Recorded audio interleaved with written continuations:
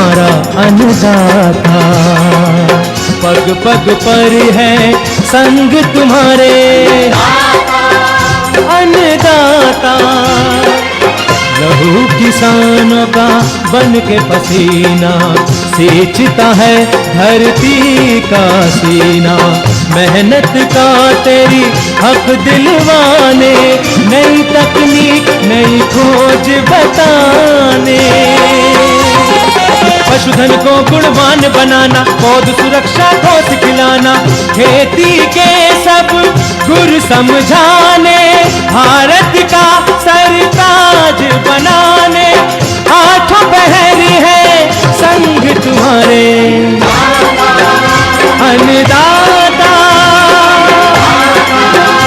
अन्नदाता।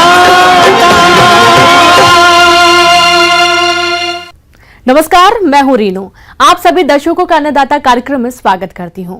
हमारे देश का किसान जन का पोषक है, वह श्रम का देवता है, अन्नदाता है। उसमें ही भारत की आत्मा निवास करती है। ऐसे ही किसानों की प्रगति के लिए हम खेती बाड़ी से जुड़ी हुई बहुत सी नई लाभकारी जानकारियां हर रोज सुबह लेकर आते हैं। तो चलिए कार्यक्रम शुरू करने से पहले देखते हैं आज क्या है अन्नदाता में। प्लास्टिक मल्च की कृषि उपयोगिता और लाभ।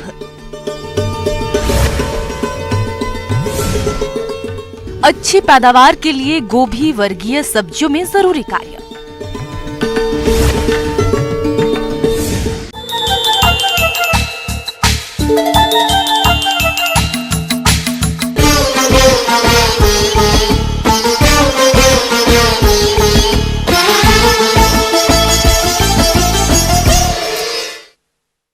किसान भाइयों, फसल के सफल उत्पादन में कई बाधाएं आती है। इनमें से एक है खरपतवारों की समस्या। ये खरपतवार फसलों की बढ़वार को तो बाधित करते ही है, साथ ही उपज में गिरावट का कारण भी होते हैं। किसान अक्सर इनके नियंत्रण के लिए विभिन्न उपायों को अपनाते हैं, जिससे जैसे तैसे खरपतवार तो नियंत्रित हो जाते हैं, लेकिन खेती की लागत बढ़ जाती है। अगर किसान फसलों में मल्चिंग का प्रयोग करें तो इस प्रकार की समस्या से बच सकते हैं। तो चलिए मल्चिंग की प्रयोग विधि और इसके लाभों के बारे में जानते हैं कृषि विज्ञान केंद्र जिला समस्तीपुर के कृषि वैज्ञानिक डॉक्टर अभिषेक प्रताप सिंह से।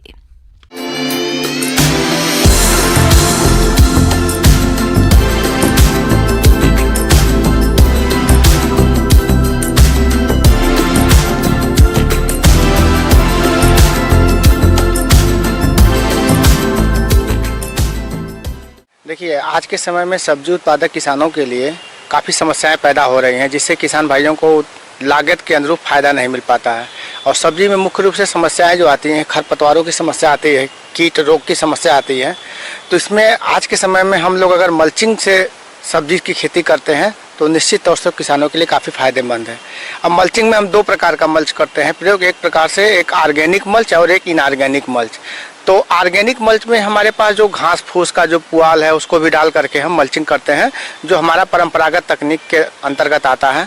और आज आधुनिक युग में हम इनऑर्गेनिक मल्च के तौर पर हम प्लास्टिक मल्च का इस्तेमाल करते हैं। तो इससे क्या होता है कि या तो हम पहले प्लास्टिक को बिछाने के बाद सब्जी की फसल लगाते हैं, और या दूसरा करते हैं कि हम फसल लगाने के बाद भी मल्चिंग लगाते हैं। लेकिन अगर इसमें हम सबसे पहले अगर देखते हैं तो हमारा जो आर्थिक दृष्टिकोण से काफ़ी फायदेमंद है, वो मल्चिंग लगाने के बाद हम फसल लगाते हैं। इसमें आप देखते होंगे कि 1 मीटर चौड़ा हमारा मल्च का रोल जो आता है, उसको 1 मीटर के हिसाब से जो हम बेड बनाते हैं। हालांकि मल्च 1 मीटर 20 सेंटीमीटर होता है हमारा, तो 1 मीटर अगर हम बेड बनाते हैं तो 10 सेंटीमीटर दोनों तरफ से उसको दबा करके हम लंबाई आवश्यकता अनुसार बेड का करते हैं, और उस पर मल्च लगाने के बाद हम सब्जी का पौधा लगाते हैं। मल्च लगाने के लिए हम जो बेड बनाते हैं वह बेड हमारा ज़मीन की सतह से 10 से 15 सेंटीमीटर ऊंचा उठा होना चाहिए। और अगर हमारे पास ड्रिप इरिगेशन की सुविधा उपलब्ध है तो ड्रिप का पाइप भी हम मल्च के अंदर अगर डालते हैं तो हमारा सहूलियत और हो जाता है। अगर हमारे पास ड्रिप का पाइप नहीं है तब भी हम मल्चिंग लगा करके जो बीच का जो जगह है उस जगह में हम पानी दे करके भी हम सब्जी की फसल को निकाल सकते हैं। किसान भाइयों, अगर आपको मल्चिंग विधि से खेत में सब्जी लगानी है तो सबसे पहले खेत की अच्छी तरह ट्रैक्टर से जुताई कर लें। इसके बाद गोबर की खाद को मिट्टी में अच्छे से मिला दें। अब खेत में उठी हुई मेड़ यानी बेड बना लें। इसके बाद ड्रिप सिंचाई की पाइपलाइन को बिछा दें। प्लास्टिक मल्च को अच्छी तरह बिछाकर दोनों किनारों को मिट्टी की परत से अच्छी तरह से दबा दें। मल्चिंग फिल्म में पाइप से पौधों को कितनी दूरी पर लगाना है उसी की फसल पर निर्भर करता है। अलग अलग फसलों में अलग अलग प्रकार की माइक्रोन मल्च शीट का उपयोग किया जाता है। जैसे सब्जी वर्गीय फसलों के लिए 25 माइक्रोन, 2 वर्षीय फसलों जैसे केला पपीता के लिए 50 माइक्रोन और बहुवर्षीय फसलों के लिए 100 माइक्रोन का उपयोग किया जाता है, जिसकी कीमत भी अलग अलग होती है। मल्चिंग जो सब्जी की फसल में आप देख रहे हैं, उसके अलावा कुछ फलदार पौधों में भी हम लगाते हैं, तो ये हमारा माइक्रोन पर निर्भर करता है। कि अभी जिसमें हम खड़े हैं यहाँ पे, तो यह 50 माइक्रोन का प्लास्टिक फिल्म हमारा है।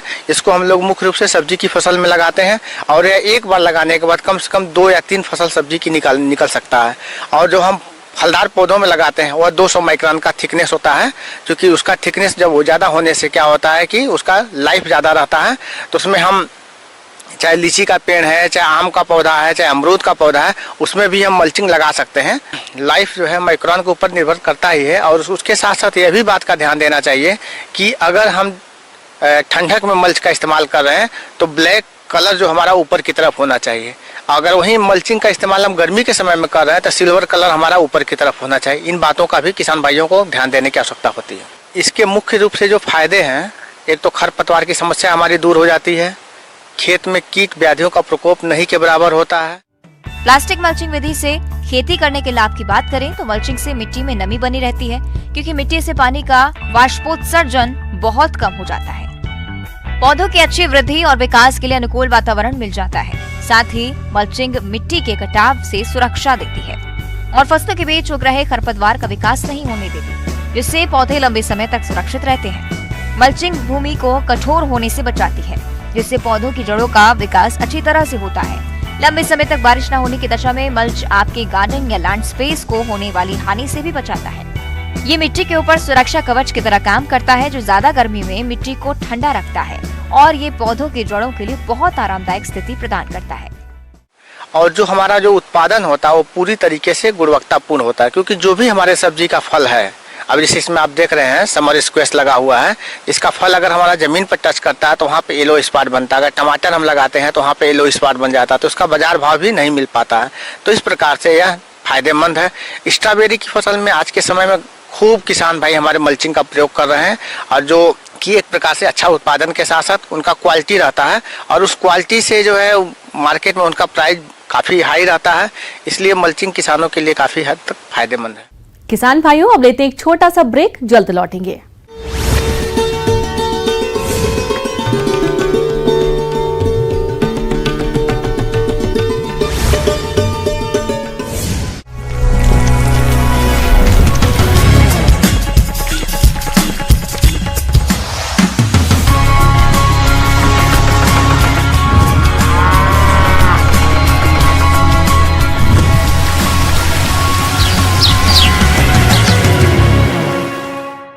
ब्रेक के बाद एक बार फिर से आप सभी दर्शकों का अन्नदाता में स्वागत है।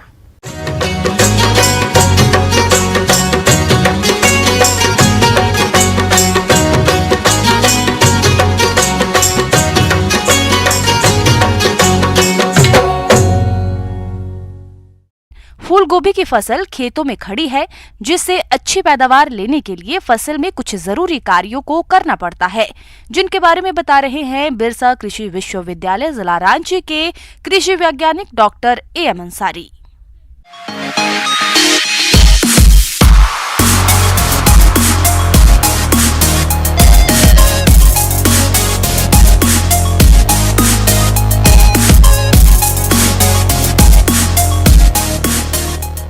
किसान भाइयों, अगर आप इन सब्जियों की खेती, फूलगोभी, बंदा गोभी, ब्रोकली इत्यादि की खेती किए हैं तो आपको ये विशेष ध्यान देने की ज़रूरत है कि आपके खेतों में जल जमाव ना हो। कभी कभी अक्टूबर के महीने में काफ़ी भारी बारिश होती है, आपके नर्सरी में बिचड़े लगे हों या मुख्य खेत में आप इसकी रोपाई कर चुके हों, अगर ऐसी स्थिति में जल जमाव होता है तो आपको भारी नुकसान हो सकता है। तो जल निकासी का उचित प्रबंध कर लें। साथ ही साथ आप पहली कोड़ाई करने के बाद इसमें 25% जो यूरिया यूरिया या के रूप में जो आप नाइट्रोजन की मात्रा देते हैं उसकी भुरकाव एक बार करें और फिर आप उसे छोड़ दें। फिर 15 दिनों बाद दोबारे आप नाइट्रोजन की 25% मात्रा है, रुपाई की 15 दिनों बाद 25%, फिर 15 दिनों बाद 25% को आप अपने खेतों में डालें और दोबारा कुड़ाई करके उसको अर्थिंग अप कर दें, मिट्टी चढ़ा दें दोनों तरफ से, ताकि वो पौधे को लिए सुरक्षित हो और बीच में पानी की भी ज़रूरत देने की, सिंचाई की भी ज़रूरत होगी, उसके लिए आपको आसानी होगी। तो ये प्रबंधन आपको विशेष ध्यान देना है। साथ ही साथ खेतों में जो भी पत्ते पीले पड़ रहे हो या बीमार नज़र आ रहे हो, कहीं से दाग धब्बे आ रहे हो, उनको बीच बीच में आप सफाई करते रहें, खेतों की सर सफाई पे ध्यान दें। कोई भी पुराने पत्ते, पीले या सड़े गले पौधे को वहाँ खेत पे न रहने दें, उसे हटा दें, दूर ले जाके या तो आप मिट्टी में दफन कर दें या उसे जला दें, तो आपके कीड़े और बीमारी आने की संभावना कम होगी। बोरन की कमी से फूलगोभी का खाने वाला भाग छोटा रह जाता है। इसकी कमी से शुरू में तो फूलगोभी पर छोटे छोटे दाग या धब्बे दिखाई पड़ने लगते हैं तथा बाद में पूरा का पूरा हल्का गुलाबी, पीला या भूरे रंग का हो जाता है, जो खाने में कड़वा लगता है। फूलगोभी एवं फूल का तना खोखला हो जाता है और फट जाता है। इससे फूलगोभी की उपज तथा मांग दोनों में कमी आ जाती है। इसके रोकथाम के लिए बोरेक्स 10 से 15 किलोग्राम प्रति हेक्टेयर की दर से अन्य उर्वरक के साथ खेत में डालना चाहिए। ये बात हुई। दूसरी कि अगर आपकी मिट्टी अम्लीय है, खासकर पठारी इलाके में, चाहे झारखंड, छत्तीसगढ़, मध्य प्रदेश का जो भी पठारी इलाका है, बहुत सारे इलाकों में जो हमारी मिट्टी है वो अम्लीय है और अम्लीय मिट्टी में बोरन और मॉलिब्डेनम की कमी की संभावना रहती है। तो जिसकी वजह से अम्लीय मिट्टी को न्यूट्रल करने के लिए हम लोग लाइमिंग, चूना का प्रयोग या डोलोमाइट का प्रयोग करने की सलाह देते हैं। आमतौर पर 3 क्विंटल से 5 क्विंटल प्रति हेक्टेयर की दर से चूना या डोलोमाइट का उपयोग खेत में रोपाई से पहले कर दी जाती है। किसी कारणवश, अनजानेवश अगर आप नहीं किए हैं तो आप खासकर फूलगोभी, ब्रोकली में या बंदा गोभी या इस चीज़ों में आप कॉन्शियस रहें, या कलरफुल को भी किए हैं, आपको ध्यान देने की ज़रूरत होगी। ये मोलिब्डेनम और बोरन से बहुत ससेप्टेबल होते हैं, तो आपको मोलिब्डेनम में अमोनियम मॉलिब्डेट नाम की बाज़ार में पानी में घुलनशील दवा उपलब्ध है। इसका 2 से 3 ग्राम प्रति लीटर घोल बना के आप सावधानी के तौर पे फूल निकलने की पहली अवस्था आने से पहले ही आप उसका 10-10 दिन के अंतराल पे 2 स्प्रे कर दें। ये बातें हुई। दूसरी बात, कीड़ों का बहुत अधिक प्रकोप होता है। अगर आपने थोड़ा आगात लगा रखा है तो आपके फसल को अभी कीड़े बहुत प्रभावित करेंगे, क्योंकि अभी बीच बीच में बारिश हो सकती है, मौसम खराब हो सकता है, वातावरण में काफ़ी वार्म अप है, गर्मी है। ऐसी स्थिति में कीड़े की बहुत अधिक समस्या आती है। रस चूसने वाले कीड़े, ये पत्तों का रस चूसकर उन्हें पीला कर देते हैं और गिरा देते हैं। साथ ही पत्ते भी मुड़ जाते हैं और ठूठी के आकार के हो जाते हैं। रस चूसने वाले कीट जैसे माहू और थ्रिप्स का प्रकोप दिखे तो इमिडाक्लोप्रिड 1 मिलीमीटर और 3 लीटर पानी में मिलाकर इसे स्प्रे करें। यदि थ्रिप्स का हमला दिखे तो ट्राइजोफॉक्स, डेल्टा मैथ्रीन या साइपरमेथ्रिन 5 मिलीलीटर को 10 लीटर पानी में मिलाकर स्प्रे करें। तंबाकू की इल्ली, इस कीट के पतंगे गहरे भूरे रंग के व आगे के पंखों पर सफेद धारियां होती हैं, जिसके बीच में काले धब्बे पाए जाते हैं। ये पतंगे रात को बहुत सक्रिय होते हैं। प्रारंभिक अवस्था में सुंडियां हरे रंग की होती हैं, जो पत्तों को कुरच कर खाती हैं। बड़ी अवस्था में सुंडियां पत्तों को गोल गोल काट कर खाती हैं। गोभी के शीर्षों और गांठों में ये सुंडियां ऊपर से घुसकर नुकसान करती हैं। मादा वयस्क पत्तियों की निचली सतह में समूह में अंडे देती हैं। 4 से 5 दिनों बाद अंडों से सूड़ी निकलती है और पत्तियों को खा जाती है। इस कीट से लगभग 30 से 40% तक नुकसान हो जाता है। अगर इसकी भी समस्या दिखाई पड़ती है तो इसको आप नियंत्रण अपने खेत में आने का इंतजार न करें। खेत के बाहर जो चौड़े पत्ते वाले पौधे हैं, आपको ध्यान देना है। इस तरह के पिल्लू कहीं दिखते हैं, चाहे वो केला के पत्ते में, ठेथर में या पुटुस में, तो आपको वहीं पे इसको डिस्ट्रॉय करना है। मसाल जला के उसे जला दे, या उस टहनी को तोड़ के ले जाके कहीं पे मिट्टी में दफन करे या जलाए, या अपने जूते चप्पल के हेल्प से उसको कुचल के मारे। जब वो छोटे छोटे होंगे, कोशिश करना है जहाँ पे ये छोटे अभी नन्हे पिल्लू है उसी को हम मार दें, तब आप इसका नियंत्रण कर पाएंगे। इसके नियंत्रण के लिए अंडे के समूहों को एकत्र कर नष्ट करें। Nuclear polyhedrosis virus 250 LE hectare का छिड़काव करें। इन कीड़ों के रोकथाम के लिए नुआक्रान, रोगर, थायोडान किसी भी कीटनाशी दवा का 1.5 मिलीलीटर पानी की दर से घोल बनाकर आवश्यकता अनुसार छिड़काव करना चाहिए। या स्पाइनोशेड 25 SC को 15 ग्राम सक्रिय तत्व प्रति हेक्टेयर की दर से 10 से 15 दिन के अंतराल पर छिड़काव करना चाहिए। और वैसे ये ऐसे ग्रुप के पौधे हैं जो कि इसी सीजन के लिए उपयुक्त हैं। जाड़े से इसको कोई नुकसान नहीं होता है, पाला से भी आमतौर पर इस ग्रुप के जो कोल क्रॉप हम कहते हैं, फूलगोभी, बंदा गोभी या ब्रोकली, इसको कोई नुकसान नहीं होता है। तो आपको इन सब चीज़ों का ध्यान देना है। अगर हमने जो बताया इन सब बातों का अगर आप ख्याल रखते हैं तो निश्चित रूप से आप सफलतापूर्वक कोल क्रॉप का फूलगोभी, बंदा गोभी या ब्रोकली की सफलतापूर्वक खेती कर सकते हैं। आगे और भी है खेती बाड़ी से जुड़ी बहुत सी रोचक जानकारियां। यहाँ रुकेंगे एक और छोटे से ब्रेक के लिए।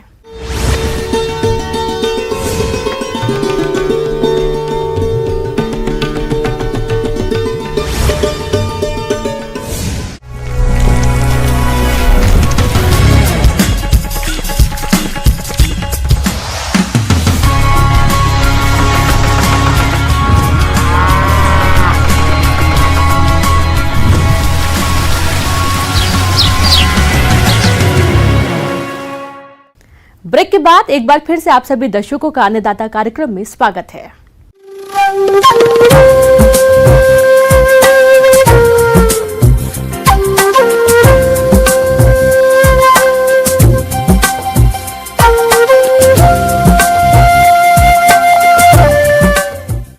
मौसम विभाग की रिपोर्ट पर साप्ताहिक कृषि सलाह इस प्रकार है।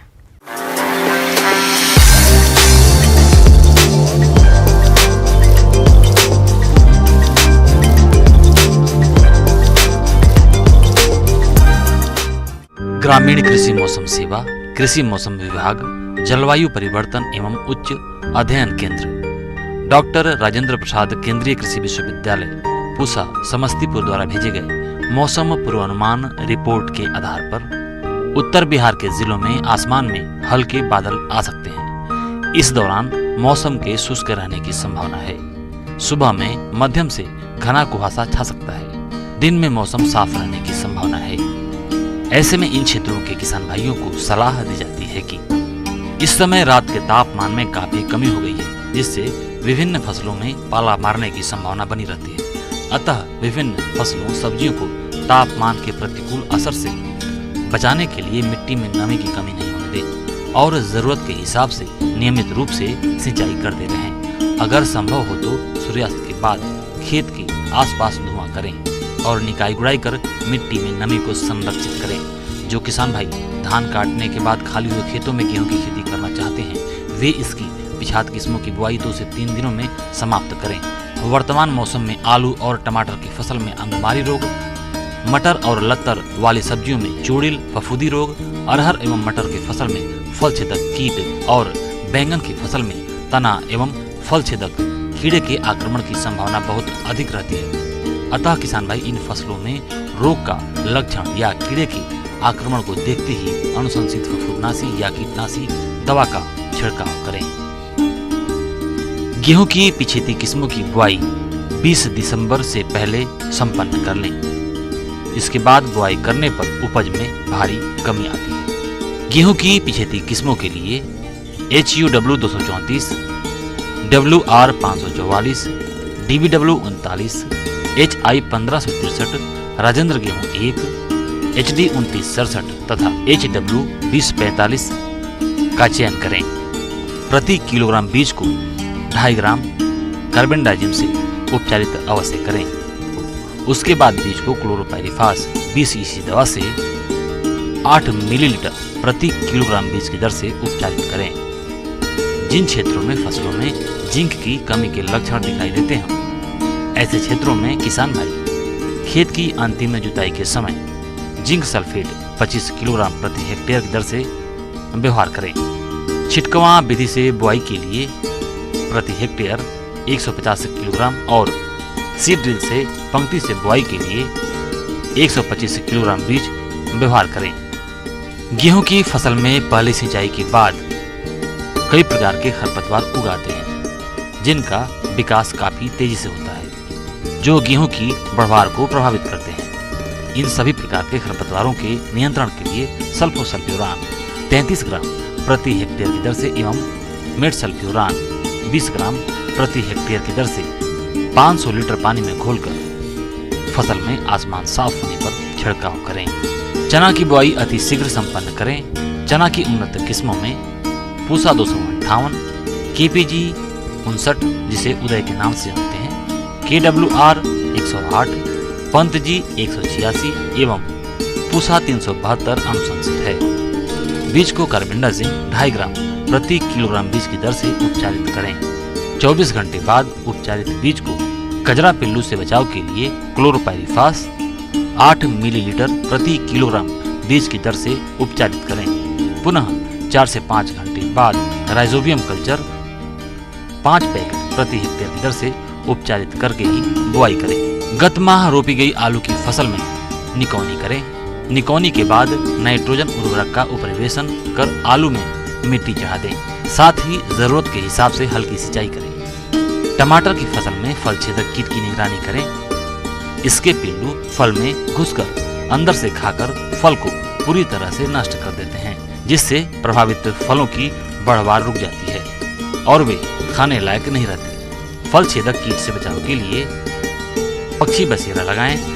कीट का प्रकोप अधिक दिखाई देने पर सबसे पहले कीट से क्षतिग्रस्त फलों की तुड़ाई कर नष्ट कर दें। उसके बाद स्पाइनोसेड 48 इसी दवा की 1 मिलीलीटर मात्रा प्रति 4 लीटर पानी के हिसाब से घोल बनाकर छिड़काव करें। प्याज के 50 से 55 दिन की तैयार पौध की रोपाई करें। इसके बाद खेत को समतल करके छोटी छोटी क्यारियां बनाएं। क्यारियों का आकार चौड़ाई 1.5 से 2 मीटर और लंबाई सुविधा अनुसार 2 से 3 मीटर रखें। प्रत्येक 2 पंक्तियों के बीच जल निकासी के लिए नाले अवश्य बनाएं। पंक्ति से पंक्ति की दूरी 15 सेंटीमीटर, पौध से पौध की दूरी 10 सेंटीमीटर रखें। खेत की तैयारी में 15 से 20 टन गोबर की खाद, 60 kilogram nitrogen, 80 kilogram phosphorus, 80 kilogram potash और 40 किलोग्राम सल्फर प्रति हेक्टेयर की दर से व्यवहार करें। लहसुन की फसल की निकाई गुड़ाई करें और कम अवधि के अंतराल पर नियमित रूप से सिंचाई करते रहें। लहसुन की फसल में कीट व्याधियों की निगरानी भी करते रहें। दुधारू पशुओं के रख रखाव एवं खान पान पर विशेष ध्यान दें। खाने में प्रोटीन की मात्रा बढ़ा दें और खुले स्थानों पर नहीं रखें। फूल गोभी व पत्ता गोभी वाली फसल में पत्ती खाने वाले कीटों की रोकथाम के लिए स्पाइनोसेड दवा की 1 मिलीलीटर मात्रा प्रति 3 लीटर पानी के हिसाब से घोल बनाकर छिड़काव करें। अच्छे परिणाम के लिए 1 मिलीलीटर गोंद प्रति लीटर पानी में डालें।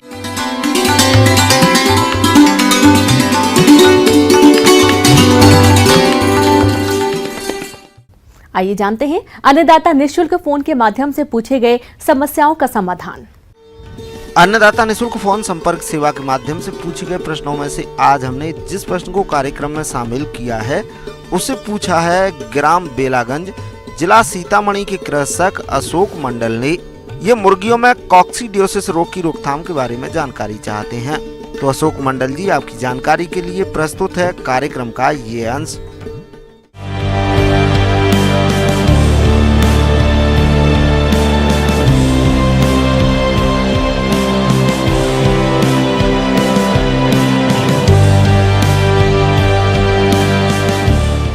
कॉक्सीडियोसिस नामक बीमारी जो मुर्गियों में होती है और अन्य पशुओं में भी होती है, तो इसमें ख़ास तौर से ये देखा जाता है जिसे हिंदी में हम खूनी दस्त भी कहते हैं। खूनी दस्त कहने का मतलब हुआ यानी कि डायरिया के साथ ब्लड भी आए। तो इसे जानने के लिए आपको खूनी दस्त के लिए आप मुर्गियों में देखेंगे कि मुर्गियां जो है वो सुस्त पड़ जाती हैं और साथ में भोजन ग्रहण करना भी कम कर देंगे। और आप सबसे बड़ा लक्षण देखेंगे कि मुर्गियों का पंख जो है थोड़ा खड़ा हो जाता है और साथ में डायरिया होगा, और डायरिया में आपको ब्लड टीन जिसे कहते हैं हम वो मिलता है। मुर्गी में कॉक्सीडियोसिस रोग एक अत्यधिक घातक और एक संक्रामक रोग है। यह रोग मुर्गी पालन की सबसे गंभीर प्रोटोजोआ परजीवी जनित बीमारियों में से एक है। इस रोग में कमजोर हो जाने के कारण 100 तक मुर्गियों के चूजों की मृत्यु हो जाती है। बहुत से पक्षियों जैसे मुर्गी, टर्की, बत्तख, कोयल, तीतर, कबूतर, कौवे, गिनी आदि में देखने को मिलता है। लेकिन यह रोग मुर्गियों को प्रमुख रूप से प्रभावित करता है। इससे खासकर मुर्गियों के चूजे प्रभावित होते हैं और इससे प्रभावित होने पर चूजों की मौत सबसे अधिक होती है। तो इसके लिए आपको ख़ास तौर से इसका जो ब्रॉयलर पालन कर रहे हैं तो उनके लिए 3 सप्ताह पर इसका प्रकोप ज़्यादा होता है, और अगर आप लेयर मुर्गियां रख रहे हैं तो ये किसी भी समय हो सकता है। और इसके होने का कारण ये है कि कॉक्सीडिया एक परजीवी है जिसके अंडे आपके लीटर यानी कि जो बिछावन मुर्गियों का बिछाते हैं, अगर उसमें नमी है तो उस समय आपको ये मुर्गियां जो है वो भोजन के साथ में उसके अंडे को भी ग्रहण कर लेती हैं और वो उसके शरीर में जाकर आंत में ये कॉक्सीडिया जो है मल्टीप्लाई करता है और साथ में इनको एक इंटेस्टाइन के अंदर में आपका, तो इस तरह के, और एक साथ में हो सकता है कि बहुत ज़्यादा तादाद में आपकी मुर्गियां या चूजे मरने लगें, तो आप इसका पोस्टमार्टम अवश्य कराएं। पोस्टमार्टम कराने पर आपको ये पता लग जाएगा कि ये कॉक्सीडिया से मर रही है, तो कॉक्सीडिया के उपचार पर आप देखें। कॉक्सीडियोसिस रोग से बचाव के लिए सबसे जरूरी है इसके लिए साफ सफाई। सप्ताह में कम से कम एक बार समय पर मुर्गीशाला की सफाई करें, साथ ही चूने का भुरकाव भी करें। दवा से मुर्गीशाला को अवश्य धोएं।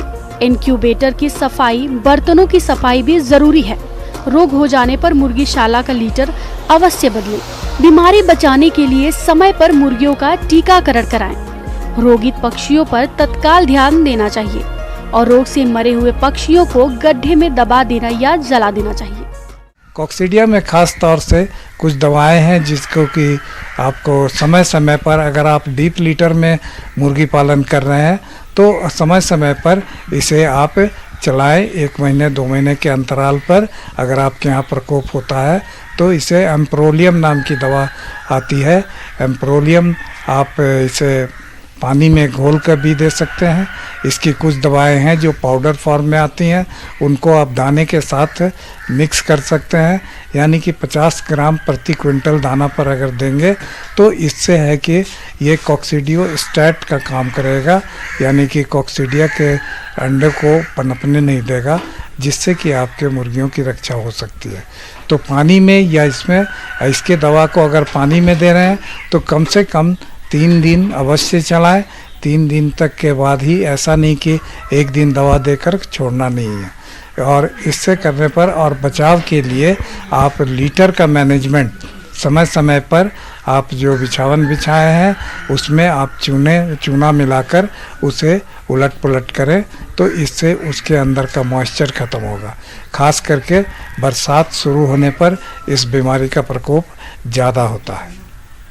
इन बातों का आप ध्यान रखेंगे तो कॉक्सीडिया से निजात मिलेगी। किसान भाइयों, कृषि संबंधित समस्या और सुझावों के लिए आप हमें इस पते पर संपर्क कर सकते हैं।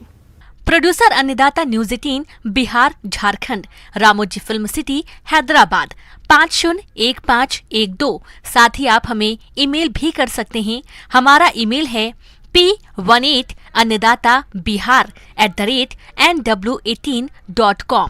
इसके अतिरिक्त आप हमें निःशुल्क हेल्पलाइन नंबर 1800889216 पर सोमवार से शनिवार सुबह 10 बजे से शाम 4 बजे के बीच संपर्क कर सकते हैं। अब समय हो रहा है आपसे विदा लेने का। कल फिर मुलाकात होगी कृषि से जुड़ी महत्वपूर्ण जानकारियों के साथ। नमस्कार।